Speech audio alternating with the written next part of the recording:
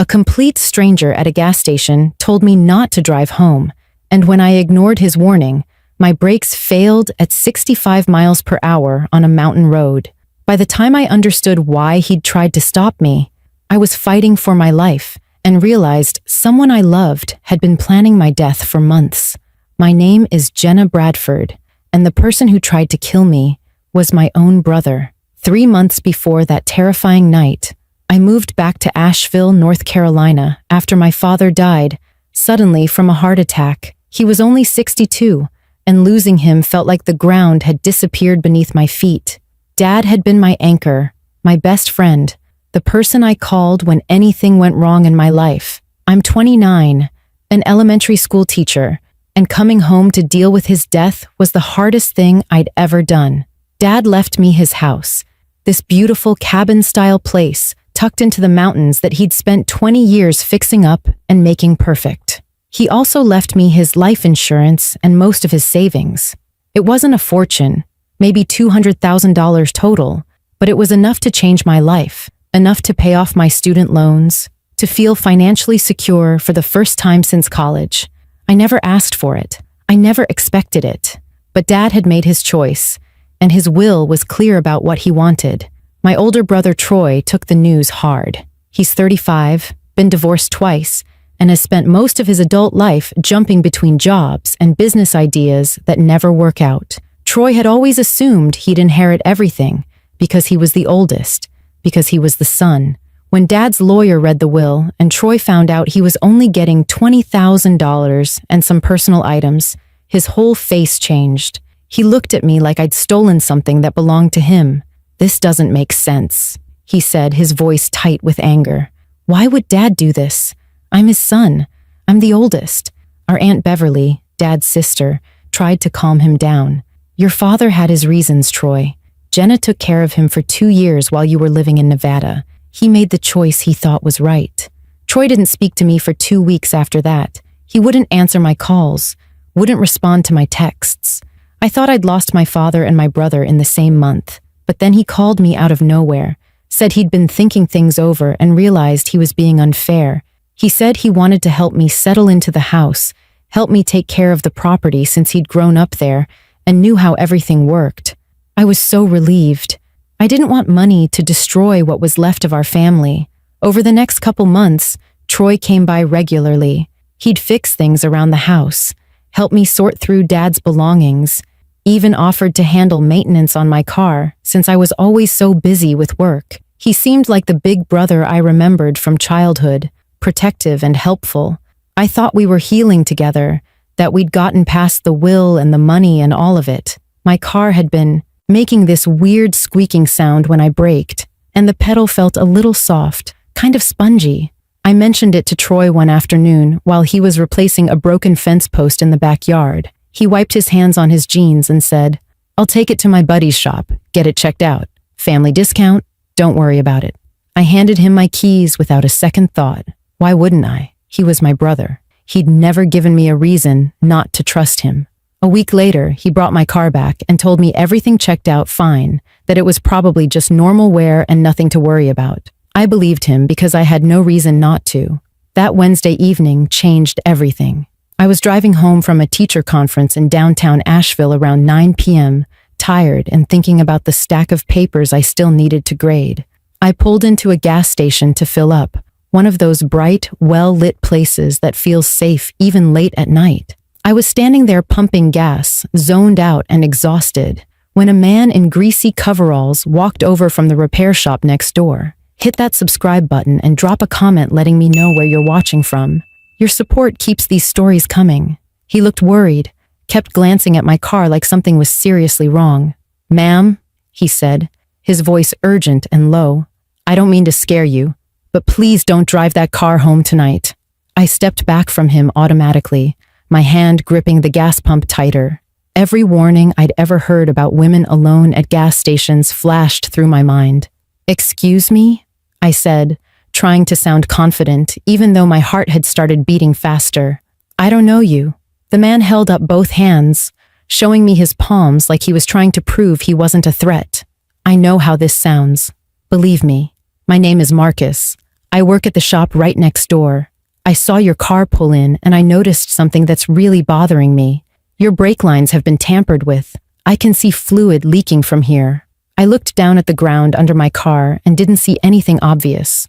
No puddles, no drips, nothing that looked wrong. My brakes are fine, I said, still keeping my distance from him. My brother just had them checked at a shop last week. They said everything was good. Something shifted in Marcus's expression when I mentioned my brother. His eyes got more serious, more worried.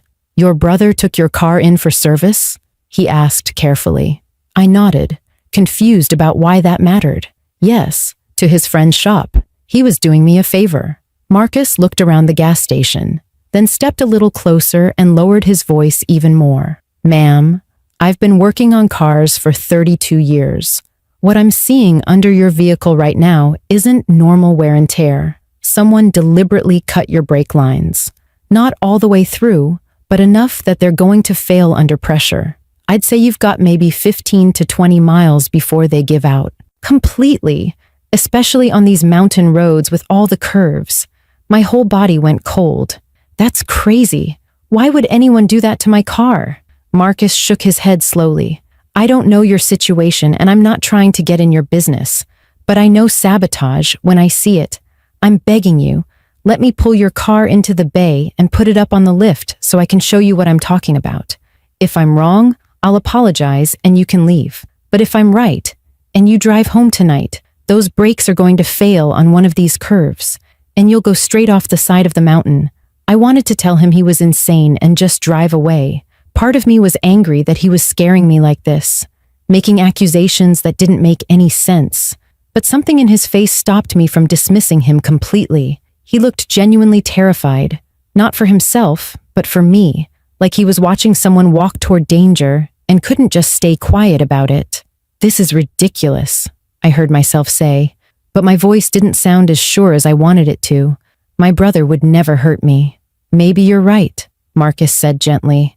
But somebody did something to your car, and if your brother was the last person who had access to it, you need to ask yourself some hard questions.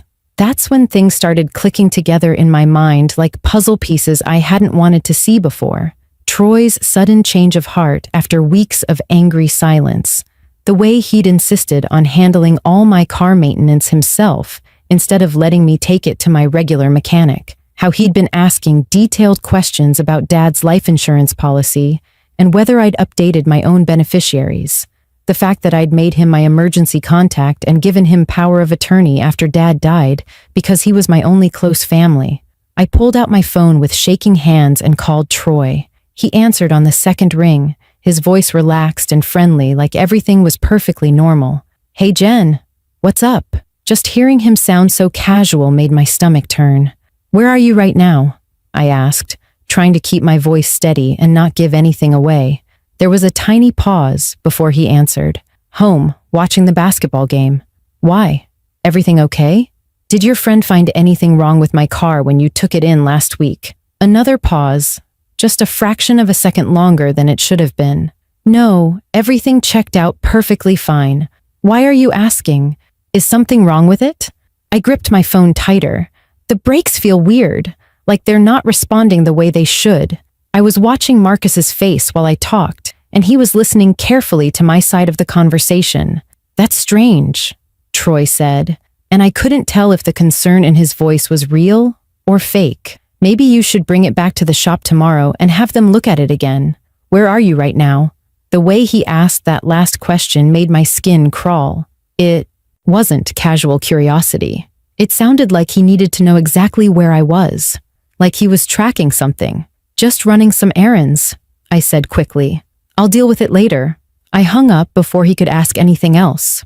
Marcus was watching my face, and I could tell he'd heard enough of that phone conversation to understand something was very wrong. Let me look at your car, I said quietly, my voice barely steady. Please show me what you're talking about. We walked over to the repair bay together, and my legs felt weak like they might not hold me up. Marcus got into my car and carefully drove it onto the hydraulic lift. As the car rose into the air, he grabbed a work light and positioned himself underneath, pointing the beam up at the undercarriage. Come here, he said gently. I want you to see this yourself. I walked over and looked where he was pointing. Even though I don't know much about cars, I could see the problem immediately. There was a thin line of brake fluid dripping from a metal tube that looked like it had been partially cut. Not completely severed, but weakened in a way that looked deliberate and precise. That line right there, Marcus said, tracing it with his finger without touching it. That's your rear brake line. Someone made a partial cut right at this joint. It's fresh too, probably within the last week. Under normal driving it would hold, but the moment you really need your brakes, the moment you're going down a mountain road and have to press hard, that line is going to split completely, and you'll have no braking power at all. I felt like I might throw up. My own brother had done this, had looked me in the eye, smiled at me, hugged me, all while knowing he'd sabotaged my car, had probably been waiting for the phone call telling him I'd died in a terrible accident on the mountain road leading to my house. That's too precise to be accidental damage, Marcus continued. Someone knew exactly where to cut to make it look like normal wear and tear after it failed. Most people wouldn't even notice until it was too late. I couldn't speak for a moment. My mind was racing through everything that had happened over the past 3 months. Troy's anger at the will reading, his sudden friendliness after weeks of silence, the way he'd volunteered to take care of my car maintenance, the questions about my insurance policies and beneficiaries. He'd been planning this the whole time, and I'd been so grateful for his help that I never saw it coming. I need to call the police, I finally said. This is attempted murder. Marcus nodded. I already called 911 while you were on the phone with your brother. They should be here any minute. But ma'am, you need to think about this carefully. Don't go home tonight. If your brother figures out that you know what he did, if he realizes his plan failed, I don't know what he might try next. I pulled out my phone again, this time calling the one person I knew I could trust completely. Aunt Beverly answered on the first ring. Jenna? Honey, is everything all right? You sound upset. Aunt Bev, I need you to listen to me very carefully and don't react too much. Don't call Troy. Don't tell him you've talked to me. I'm at a gas station off Highway 74 and someone cut my brake lines. A mechanic here caught it before I drove home. Aunt Bev, I think it was Troy. I heard her sharp intake of breath, then a moment of silence while she processed what I'd just told her. When she spoke again, her voice had turned hard and protective, the same tone she used to use when Troy and I would fight as kids, and she had to step in. Oh my God, Jenna, are you safe right now?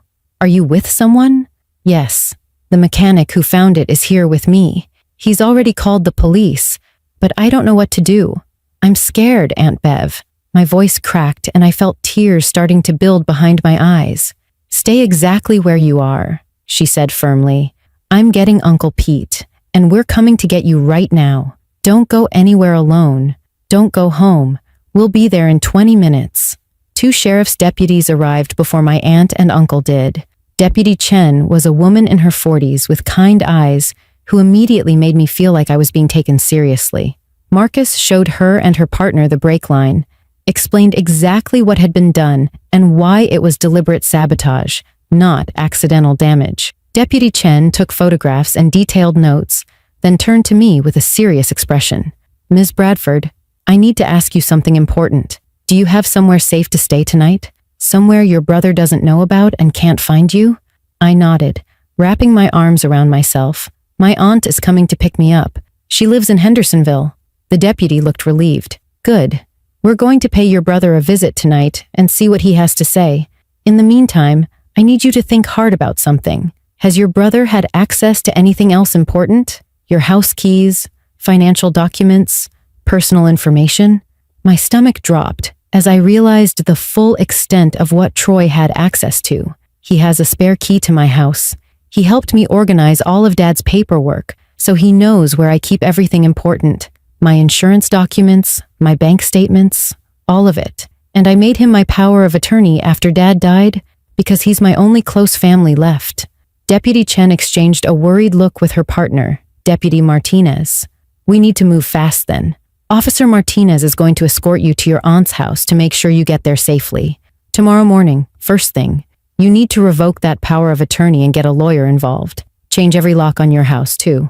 Aunt Beverly and Uncle Pete arrived 15 minutes later, And the moment my aunt saw me, she pulled me into the tightest hug I'd ever felt.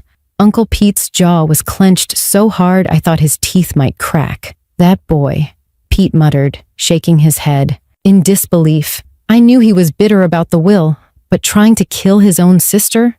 His own blood? We followed Deputy Martinez's patrol car all the way to Aunt Beverly's house in Hendersonville.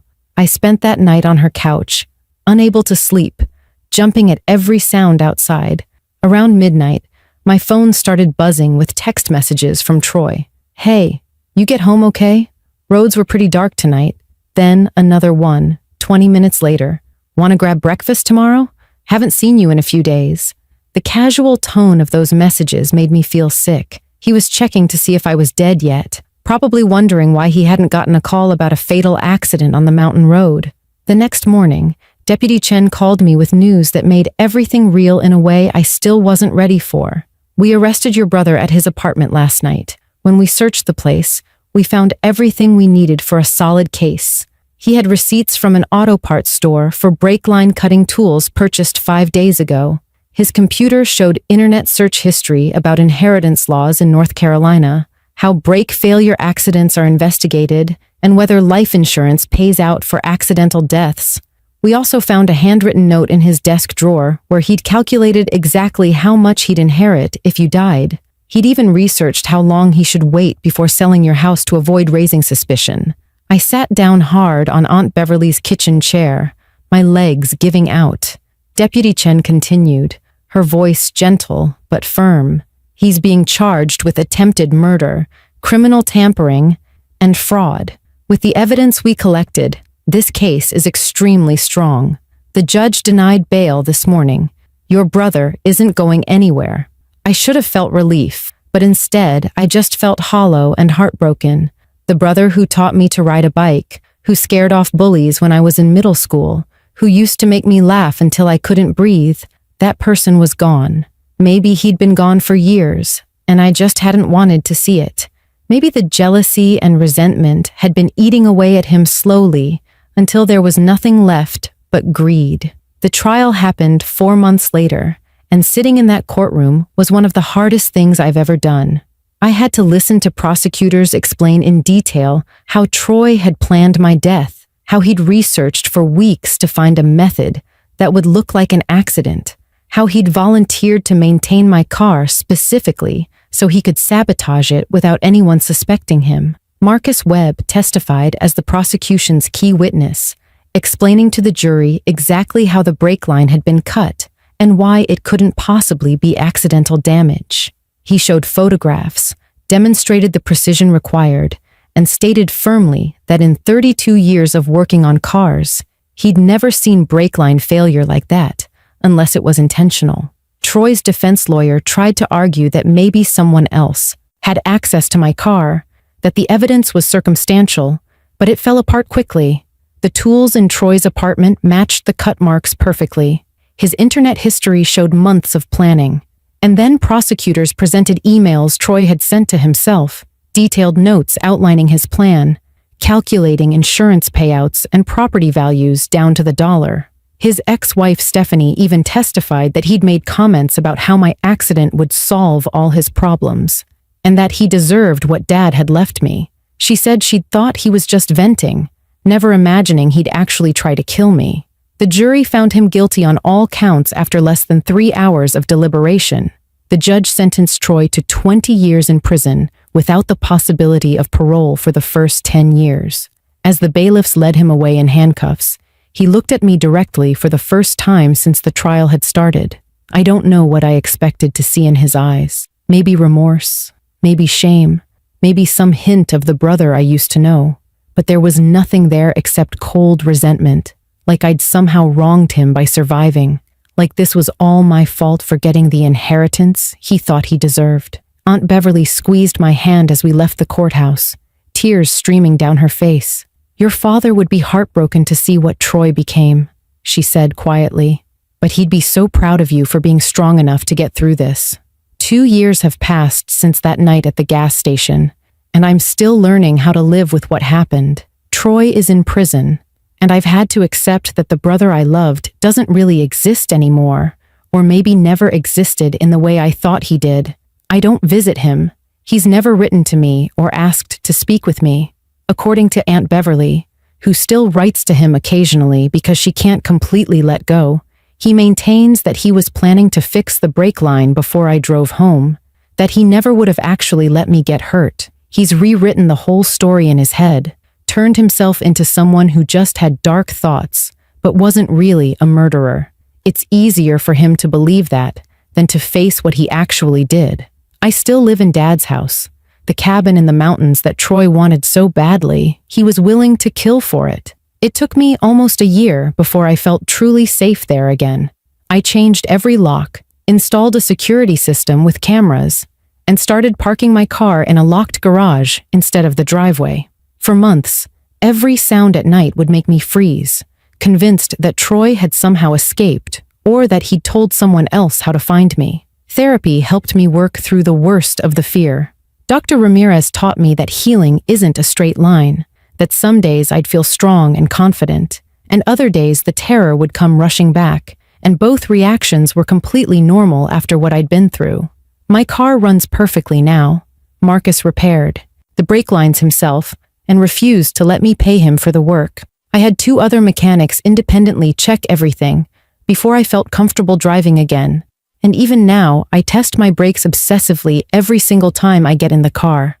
I press the pedal 3 or 4 times before I even leave a parking space, making sure there's proper resistance, making sure I'm safe. Some habits born from trauma just stick with you forever, and I've learned to accept that.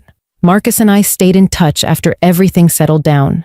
We meet for coffee every few months, and he still doesn't think of himself as a hero.